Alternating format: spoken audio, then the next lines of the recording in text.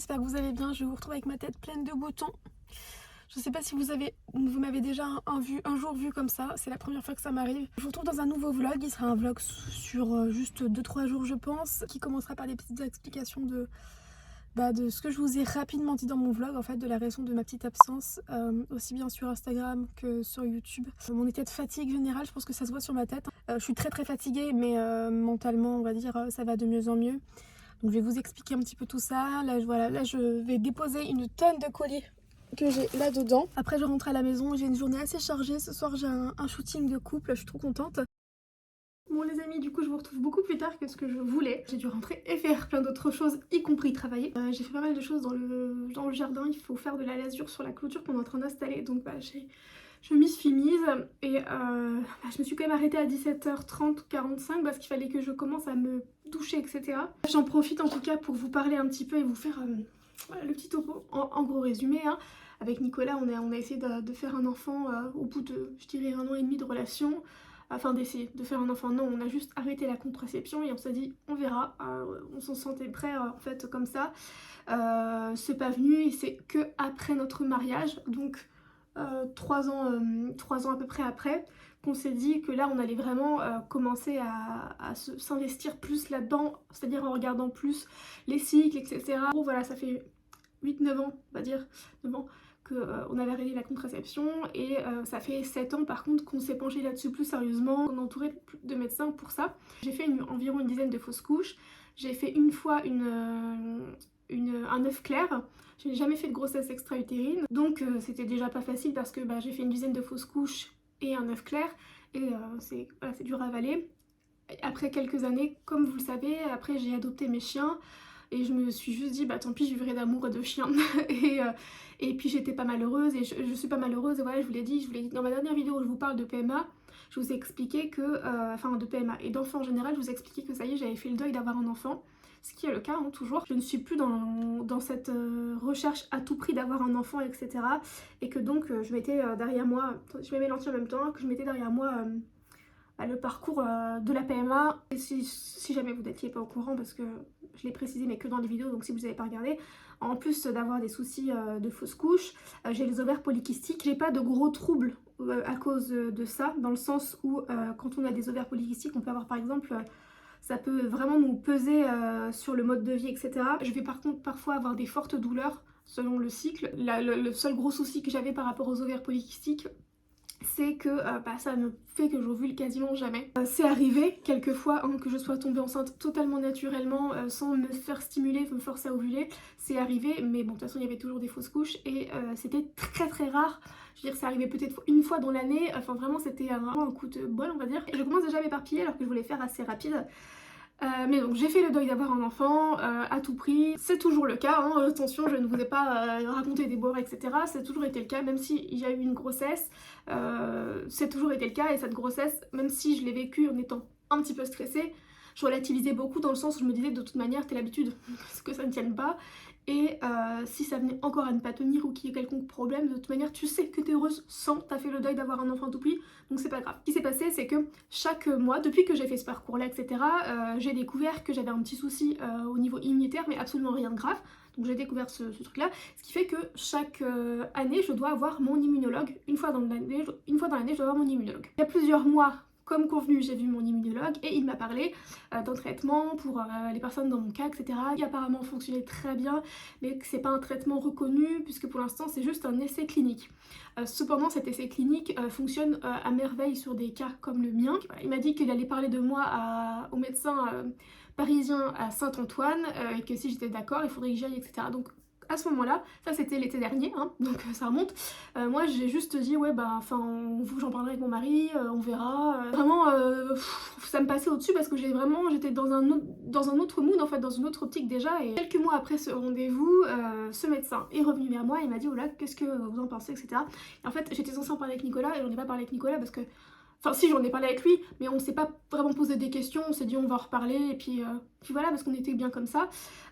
Et ce médecin est venu vers moi, et en fait j'étais un petit peu entre deux chaises, parce que j'avais le fait que pourquoi pas tester une dernière fois une dernière chose, faut que je me sèche les cheveux, et d'un autre côté je suis très bien comme ça, et encore d'un autre côté ce médecin C'est un des rares médecins qui d'Angers qui me soutient et qui a envie en fait, qui a l'air d'être je sais pas, parce qu'en fait si vous voulez, moi j'ai été suivie principalement à Saumur. Quand j'étais en PMA, j'avais une personne qui me suivait à Saumur qui était en liaison avec Angers. Donc je devais me déplacer à Angers que pour par exemple l'insémination, mais tout le reste je le faisais à Saumur et j'adorais mon médecin. Elle n'est plus là maintenant, elle est à Tours je crois, mais j'adorais mon médecin. Et après, lorsque j'ai été suivie que à Angers pendant une période, j'ai été un peu plus déçue parce que je me suis vraiment absolument pas sentie épaulée. Les médecins et le personnel étaient très très gentils, mais c'est vrai que lorsqu'on a rencontré en fait, je crois à l'époque le troisième échec d'insémination artificielle où il y a eu une fausse couche, etc. C'est vrai qu'ils m'ont tout de suite dit bon bah on va même pas tenter de faire une FIV ici, on va directement vous envoyer en Espagne. Donc en gros là je me suis sentie abandonnée et je crois que je vous l'avais déjà dit, mais je me suis sentie abandonnée par les médecins français. On m'a envoyé faire une FIV des pays en Espagne. Si vous voulez plus de détails, etc. là-dessus, j'essaierai de vous mettre ça en barre d'infos, mais j'en ai parlé. La FIV des pays, on a eu 25 embryons, ils sont tous morts au fur et à mesure des jours, les embryons, et donc bah, on n'a pas pu faire en fait la FIV du coup des pays. C'était en Espagne, hein, donc c'était à nos frais, même si pareil encore une fois c'était très très bon médecin, etc. Bah, là on a été déçus parce qu'on a dépensé beaucoup d'argent, même si on ne regrette pas par contre de l'avoir fait parce qu'on se dit au moins on a essayé. Du coup c'était des échecs et c'était assez douloureux, donc sur le coup c'était assez douloureux. C'est vraiment après l'Espagne que je me suis dit c'est bon, là c'est plus possible quoi. Là en vient ce coup de fil de ce docteur, mon immunologue à Angers, qui est le seul médecin à Angers qui par contre a continué à tout le temps prendre de mes nouvelles, à tout le temps me demander il faudrait faire ci, il faudrait essayer de faire ça, etc. Donc au bout d'un moment je commençais aussi à être épuisée parce que j'en avais marre d'essayer encore des choses alors que ça fonctionnait pas. Et là il m'a dit bah en fait allez à Saint-Antoine, faites les examens et peut-être qu'ils vous trouveront aussi quelque chose, des explications à vos fausses couches en dehors de ce petit souci immunitaire qui malgré un traitement adapté n'avait pas été résolu pendant des grossesses, donc il y a certainement autre chose. Et donc pour tout vous dire je me suis dit allez je le fais. C'est vrai que ce médecin il me pousse, il est derrière moi, il me dirige vers des bons professionnels, donc on va voir, je vais le faire. Et en plus, ça me fera un petit week-end à Paris. J'ai fait une journée du coup à Paris, donc je suis allée à Paris plusieurs fois. Quand j'ai été à Paris, j'ai eu 2-3 personnes, et j'ai trouvé ça assez intrusif d'ailleurs, qui m'ont dit oui tu vas à Paris pour ça, alors que du coup c'était absolument pas pour ça. Je suis allée à Paris plusieurs fois pour ça. Ne vous en doutez que quand je suis allée à Paris pour ces fois-là, bah, je me suis pas filmée, j'ai pas pris de photos ou quoi que ce soit. Je le disais à personne quand j'y allais, j'y disais même pas à ma famille, enfin vraiment personne ne le savait. Donc j'y suis allée, j'ai fait une tonne d'examens, c'était très compliqué en plus parce que j'étais dans un service avec des femmes qui étaient en train de faire de la chimio, donc c'était très dur parce que je me sentais... elles étaient adorables, elles me demandaient pourquoi j'étais là en pensant vraiment que je faisais des trucs comme elles, et moi je disais bah non, j'ai fait une dizaine de fausses couches, donc non, donc en plus elles étaient oh ma pauvre, etc. Alors qu'elles étaient en train de faire des chimos pour des trucs très graves. Alors c'était pas pour des cancers, c'était pour autre chose, du coup je savais pas qu'on pouvait faire des chimos pour autre chose, mais c'était quand même des choses qui étaient très pesantes pour elles et très graves, et c'était compliqué ce moment-là. J'ai fait une tonne d'examens, etc. Puis en fait on m'a dit qu'on me rappellerait après en fonction des résultats, etc. Mais que ils m'ont expliqué en fait le traitement qui pouvait être mis en place. Je vais enlever ça.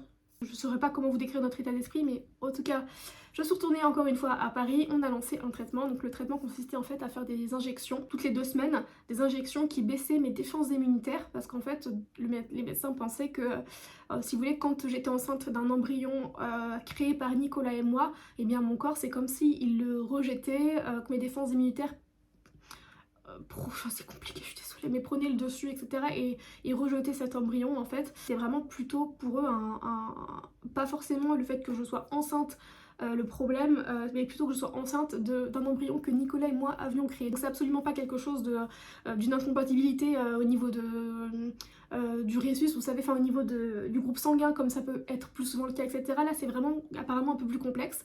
Donc ça c'est ce qui se sont dit les médecins. Donc on a mis en place ce traitement là, donc qui consistait à faire ces injections toutes les 2 semaines. Donc je suis ressortie, donc d'ailleurs avant de faire ce traitement là j'ai été vaccinée de plein de choses. Il fallait à tout prix éviter que je tombe malade pendant que je faisais ce traitement là vu que mes défenses immunitaires étaient plus faibles. Donc je prenais ça et je prenais de la cortisone tous les jours. Cortisone, ma copine qui m'a fait bien gonfler, qui m'a fait prendre quelques kilos. C'est pas très grave hein, mais bon c'était pas facile. Après on m'a prévenu hein, dès le début quand j'allais la prendre, on m'a dit ça dépend, hein, toutes les femmes ne réagissent pas, enfin toutes les personnes d'ailleurs, pas que les femmes, mais toutes les personnes ne réagissent pas pareil. Faut vraiment que je me dépêche parce que je vais être en retard. Quand ça a été le moment, j'ai recontacté une nouvelle gynéco du coup qui travaillait avec l'ancienne que j'avais convenue par contre avec Saint-Antoine, l'hôpital parisien. Par contre il fallait à tout prix que je tombe enceinte très rapidement parce qu'il faut pas prendre ce traitement trop longtemps. Donc c'était convenu qu'il fallait soit directement qu'on entame une FIV ou un truc comme ça, soit directement faire une insémination. Donc moi par contre c'était convenu avec Nicolas, on reteste quelque chose mais je vais pas jusque faire une insémination ou une FIV. En fait, juste on essaye de faire en fait juste l'amour, mais en étant aidé par les injections pour que je... on a fait une seule stimulation et ça a fonctionné tout de suite, du coup je tombe enceinte tout de suite. J'ai fait uniquement 2 tests de grossesse et une prise de sang, et après par choix j'ai pas voulu refaire de prise de sang. De toute manière je sais très bien maintenant hein, que même si j'ai fait des prises de sang, mon taux aurait quand même continué à augmenter, donc la prise de sang ne m'aurait pas aidé à y voir plus clair sur ce que j'étais en train de faire. On a fait une échographie à 8 semaines puisque je voulais que ce soit le plus tard possible. Parce que je voulais pas me prendre la tête en fait, et à l'échographie du coup on s'est rendu compte que j'étais en train de faire une grossesse molaire, ce que je ne connaissais absolument pas, donc ça arrive à quand même plus de femmes qu'on ne le pense hein.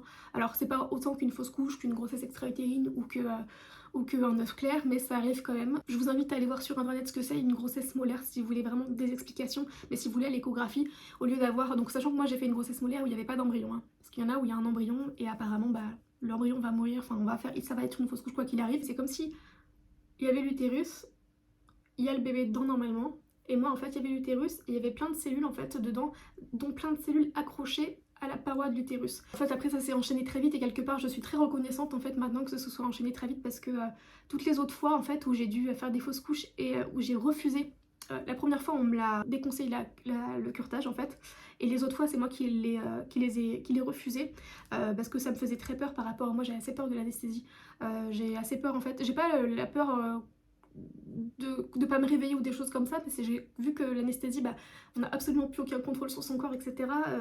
Ça me fait assez peur, j'ai toujours eu peur, et c'est vrai qu'en plus quand je l'ai faite en Espagne pour la FIV du coup, enfin pour la ponction, après j'ai été très malade, mon corps a mis du temps avant de s'en remettre, enfin, du coup ça me faisait assez peur de revivre ça, et à chaque fois en fait qu'on m'a proposé des curetages pour mes autres grossesses, en fait si vous voulez je faisais la fausse couche, enfin j'avais eu l'échographie où on me disait bah là ça s'arrête donc il faut faire un curetage, mais on me proposait le curetage des jours et des jours après, des fois ça devait être une semaine après, ou des fois c'était bah, le vendredi on me proposait ça le lundi. Et à côté de ça, j'avais l'option des médicaments que je pouvais prendre tout de suite. Donc bah forcément, moi je prenais les médicaments tout de suite parce que je me voyais pas attendre des jours et des jours. Enfin, c'était compliqué dans ma tête. Et là, ce qui s'est passé, c'est que par chance, moi, mon médecin m'a dit bah soit c'est moi, je vous le fais demain, soit vous faites ça aujourd'hui avec mon collègue, mais qui est adorable, etc. J'ai dit non, je le fais tout de suite parce que si je le fais demain, je vais passer ma nuit bah en fait mal, à ruminer, à pas être bien, etc. Donc là par chance ça s'est bien fait, vu que j'avais une échographie à 8h30 du matin, en fait bah il y avait tous les médecins presque de disponibles, etc. Donc ça s'est vraiment en fait enchaîné. Si vous voulez, à 8h30 j'avais mon échographie, à midi j'étais réveillée, j'avais eu mon intervention, et c'est vrai qu'en plus je suis très reconnaissante dans tout ce malheur on va dire, il y a plus grave hein, mais je suis très reconnaissante parce que je suis tombée que sur des médecins au top, parce qu'autant je vous ai dit que Saumur j'avais un super médecin avant, mais à chaque fois que j'ai dû aller aux urgences maternité parce que je vivais des fausses couches, des trucs comme ça, je suis tombée sur des médecins un peu particuliers des fois où c'était vraiment c'était pas facile. Et là absolument toutes les personnes que j'ai eues, franchement je suis très reconnaissante, ont été adorables. Enfin voilà en gros le résumé, puis après bah là ça fait 1 semaine et demie et ça va, enfin 2 semaines même bientôt, et ça va de mieux en mieux hein, voilà, ça va être derrière nous, et par contre là c'est bon, j'en ai terminé, vraiment. Bon là, écoutez, bref, je vais me préparer, puis je vous retrouve dans quelques minutes ou demain pour terminer, vraiment éclore ce sujet-là. Mais là, il faut vraiment que je me dépêche, je vais être en retard. Du coup ça, il y a peut-être quelques personnes de notre entourage qui vont l'apprendre en regardant cette vidéo, parce que pour le coup, en fait, on en avait parlé à personne. Mais bref, ça n'empêche que du coup, ça a été très compliqué, et je pense que ça fait partie de mon top 2, c'est dur c'est n'importe quoi de dire ça, mais des pas fausses couches, mais en tout cas de la fin de grossesse qui m'a le plus fait de peine, je dirais, et de douleur. Pourtant j'étais dans un état d'esprit vraiment différent, hein, comme je vous ai dit, mais après voilà, c'est la vie. Ça a été une épreuve compliquée, et c'est aussi pour ça que j'ai été absente, c'est parce que déjà bah, le fait de... Clairement quand j'ai été enceinte, j'ai été épuisée, j'ai été vraiment fatiguée, donc en fait bah, la seule force que j'avais, quand j'avais de la force, je la dédiais à 100% soit à mes chiens, soit à mon travail. Je voulais juste vous expliquer ce qui s'est passé et puis au moins vous informer de ça, parce que c'est vrai que moi je connaissais absolument pas la grossesse molaire. Donc après faut pas être parano, faut pas se dire que qu'on va la vivre. Hein. Voilà, maintenant je vois sûr que tout va de mieux en mieux depuis ces quelques jours. Là avec Nicolas on part dans quelques jours en vacances, donc je me suis dit que dans ce vlog justement j'allais vous montrer un petit peu les tenues que je vais emmener. Parce que contrairement à mes dernières vacances là où on partait vraiment faire des vacances plutôt nature, randonnée etc. Là on fait un peu un mix des deux. On fait un genre de trip, enfin de road trip. On va faire plusieurs destinations. On va faire des randos mais on va aussi faire un petit peu plus de ville. Donc je me suis dit que cette fois-ci j'allais amener différentes tenues. Un peu me faire plaisir. Par exemple si on fait un soir resto ou quoi, bah, je vais pouvoir un peu plus m'habiller etc. quoi. Parce que c'est vrai que quand on part en rando, les tenues sont quand même beaucoup moins glamour. Bref, donc voilà, j'ai raconté ce que j'avais à raconter. Je suis désolée, ça aura duré 3 plombes. Mais au moins c'est fait, c'est terminé. Ça, je repasse à la suite. Je suis toujours dans le même optique où je suis toujours très heureuse sans enfant et que je recherche pas à tout prix avoir un enfant. Même si on a essayé là et qu'on s'est dit de toute façon, encore une fois en fait on s'est dit bah allez, on tente comme ça on va pas regretter. Là je commence à saturer et je pense qu'il y aura pas d'autres on tente parce qu'on va regretter. Parce que là vraiment mon corps en a pris un très gros coup. À chaque fois il en prenait un coup, mais là encore plus que les autres fois. Certainement dû au traitement qui était beaucoup plus lourd que les autres fois d'ailleurs. Bref, donc maintenant je vous laisse, je vais m'habiller et je vais filer à mon shoot. On se retrouve le lendemain les amis, j'ai été faire mes sourcils ce matin et mes cils. Donc là c'est foncé, c'est normal, c'est parce que la teinture au henné a été faite tout fraîchement, donc ça va s'estomper dès demain. Là je suis chez Decathlon, enfin sur le parking, et je vais aller acheter un nouveau matelas pour la tente parce que là on va partir en vacances comme vous savez. Ne faites pas attention. Avec mes boutons comme vous l'avez compris qui me saoulent, cette nuit j'ai mis des patchs partout sur mes petits boutons et ça a bien fonctionné sur ceux sur lesquels j'ai mis. Je vous mettrai le lien des patchs qui sont vraiment pas mal. Cette nuit ça a pas mal fait effet, ça les a pas mal dégonflés. J'ai encore les marques mais ça m'a pas mal dégonflé, donc j'en ai mis sur les 2 boutons que j'avais oubliés. Là le masque aide pas mal à pouvoir avoir tous mes petits patchs comme ça, mais elle est camouflée. Je vais aller trouver des matelas puisque les vacances qu'on va faire là, il va y avoir certaines nuits à l'hôtel et d'autres en tente. Et vu qu'on va faire plusieurs nuits en tente, je voulais quand même investir cette fois-ci dans un matelas un peu plus confortable. Enfin parce que là je vais vous montrer ce qu'on a, mais c'est genre épais comme ça et franchement c'est bien. J'ai jamais eu mal au dos et tout avec, et même j'ai déjà enchaîné plusieurs nuits d'affilée sur ça. Mais tant qu'à faire, si je peux trouver un truc pas trop cher, un peu plus épais et qui est comme un investissement pour nous, voilà, je vais partir à la recherche de ça. Et puis après je dois récupérer 2 colis vintage, je vous montrerai ça. En gros c'est ça qu'on a. Vous voyez, c'est épais comme ça. Celui du dessous a l'air trop bien. Mais je pense qu'on va plus être dans le budget d'acheter quelque chose comme ça. Parce que là, 90 € celui-là, ouais. Alors, je vous montre rapidement. Du coup, j'en ai pris 2 comme ça. C'était 46 € le matelas. Et donc, j'ai pris 80 cm. J'ai hésité avec 70 cm. Sachant que ce qu'on avait nous c'est 60 cm je crois, donc c'est vraiment tout petit. Et là 80 cm ça va être le luxe, on va être sur du bivouac de luxe avec ça. Donc, je vous montre vite fait, du coup j'ai déballé les colis Vinted. Il y a cette robe là qui était neuve avec étiquette en gaze de coton, donc c'est ce que je recherchais depuis un moment, je suis trop contente. Elle est un petit peu ouverte dans le dos. Et celle-ci c'est une Zara. Et elle avait l'air d'être hyper confortable aussi, je recherchais des robes comme ça, vous savez, assez amples mais avec une jolie forme. La première, je suis super contente, elle est trop jolie. C'est typiquement ce que je recherchais, vous voyez, c'est hyper ample, ça n'empêche que pour les manches c'est un peu plus cintré, donc je trouve que ça fait pas trop sac. On a des poches. Je valide à 100% cette petite robe. À ma surprise, je suis moins fan de celle-ci, je pensais que celle-ci j'allais l'adorer. Déjà par la matière, en fait, sincèrement la seule chose que j'aime pas c'est les manches, regardez, c'est pas joli du tout.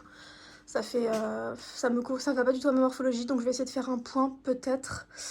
Je sais pas ce que je pourrais faire sur les manches pour que ce soit plus sympa. Je suis vraiment partagée, parce que franchement, c'est ultra confortable. Du coup, le décolleté dans le dos est plutôt canon. Hello la compagnie, j'espère que vous allez bien. Je vous retrouve pour ce dernier jour de vlog. Toute dégoulinante, la chaleur, mon dieu. Là, il doit être 10h30 à peu près. Du coup, depuis ce matin, j'ai juste fait une balade au gars assez tôt. Donc aujourd'hui, en tout cas, dans ce vlog, il n'y aura rien de très intéressant, donc je vais le clôturer très bientôt. Je vais peut-être juste vous montrer un petit peu. D'ailleurs, désolée pour les bruits, j'ai même pas fait attention, mais désolée pour les bruits, c'est mon machine à laver. Sinon, comme vous avez pu voir, j'avais bien remis ma robe aujourd'hui. Je suis tellement bien dedans, franchement, finalement, je ne regrette pas. Repas du midi, des tomates et une belle burrata. Alors, je vous montre vite fait ce que je vais emmener en vacances et après je vais clôturer ce vlog. Donc, je vais emmener cette robe-ci, je vous mettrai tout ça en barre d'infos, qui est une robe à sauce. C'est une robe en gros, vous savez, style robe nuisette, sauf qu'elle se ferme que d'un côté sur une épaule. Un sweat, Je pense que je vais emmener cette robe là du coup. Je pense que je vais amener ma nouvelle robe H&M que je vous ai montré là dans mon dernier haul. Celle-là aussi je vous l'ai montré dans mon dernier haul, cette robe mango là. Un petit top que je vais apporter un peu habillé, faut juste que je trouve un pantalon à porter avec. C'est un top shop qu'on retrouve en ce moment sur Asos, je vous mettrai ça aussi dans la barre d'infos. Voilà, je vous fais un topo, j'ai tout essayé. Ça c'est quelque chose d'ailleurs que je fais à chaque fois moi avant chaque départ en vacances. Quand je prépare mes tenues, j'essaye tout parce que dans le passé, je n'essayais pas. Je faisais dans ma tête et en fait arrivé là il me manquait soit des choses, soit j'aimais pas et je me sentais pas à l'aise, donc je finissais par acheter un truc, je m'achetais une tenue juste pour m'acheter une tenue finalement et pas pour le plaisir de craquer sur un truc en vacances par exemple, de craquer sur une belle robe en vacances, non. Donc maintenant quand je pars en vacances, j'essaye absolument toutes mes tenues, je vois si je suis à l'aise dedans pour telle ou telle occasion. Si j'ai 2 tenues de rando, ça va être plutôt pour les grosses randos, c'est des joggings, des pantalons très très confortables. Ensuite j'ai 3 tenues là qui sont plutôt pour quand on va faire des visites de ville, des trucs comme ça, des choses où on va pas mal marcher mais où j'ai envie d'être confortable et différente qu'en jogging. Donc c'est un pantalon satiné, un petit t-shirt assez fin Zara, une jupe et le même t-shirt Zara mais en blanc. Et cette tenue là c'est une tenue un peu 2 en 1 donc qui va me servir aussi bien pour la rando que pour la ville. C'est une tenue très confort et que je mettrai la journée par exemple comme ça. C'est en fait un ensemble, c'est un pantalon plus une chemise en lin. Et le soir par exemple je garderai le même pantalon mais avec ce top là. Et ensuite j'ai pris 4 robes. Sachant que ces 2 robes là je me verrais bien les porter toute une journée. Et celle-ci peut-être plus qu'une soirée si jamais on sort, on se fait un petit resto, quelque chose comme ça. Et là c'est mon pyjama, donc j'ai ma nuisette qui va m'être utile les nuits où on va faire des nuits à l'hôtel. Et ça va être pour le bivouac quand on sera en tente, donc pantalon thermique, petit pull léger thermique et chaussettes thermiques. J'amène toujours aussi un t-shirt comme ça parce que généralement je finis en legging et en t-shirt parce que les vêtements thermiques me tiennent trop chaud. Et en chaussures j'emmène mes Converse, mes Birkenstock que j'aurai certainement au pied au départ et je vais plutôt switcher celles-ci, je les ai en noir, je vais plutôt prendre les noirs comme ça, les noirs elles iront bien avec toutes les tenues. Voilà pour mes petites tenues. Je pense que je vais rien ajouter, là on est déjà pas mal. J'ai 8 tenues, sachant qu'on part environ 12 jours je crois. J'ai peut-être rajouté une tenue. Mais il y a plein de choses que je vais certainement porter 2 fois, enfin les tenues comme ça. Après je sais que vous vous poserez certainement la question pour tout ce qui est make-up etc. Ça c'est la petite trousse que j'emmène généralement. Je vais y ajouter ma laque. Les mini shampoings et après shampoing là. Et en fait je pense que je vais partir qu'avec un anti-cerne, blush. Voilà, je vais partir qu'avec mon anti-cerne, ma poudre pour fixer, blush, un bronzer, un blush liquide, le produit pour les sourcils. Et je vais prendre ce rouge à lèvres là et après je vais prendre mes soins. Pareil, je vais prendre le minimum pour les soins, mais je pense que je vais prendre que ça. Je vais pas prendre de fond de teint. J'ai déjà mes extensions de cils, donc pas besoin d'amener du mascara. Je vais pas emmener de maquillage non plus pour les yeux. Si j'ai envie de faire quelque chose un jour, je prendrai mon blush, mon bronzer. Si je vais peut-être essayer de retrouver, si j'ai par hasard quelque part un mini highlighter, ce serait pas mal. Et voilà. Some things are not the same as they were a year ago. But all will be okay. I move on each and every day. The past is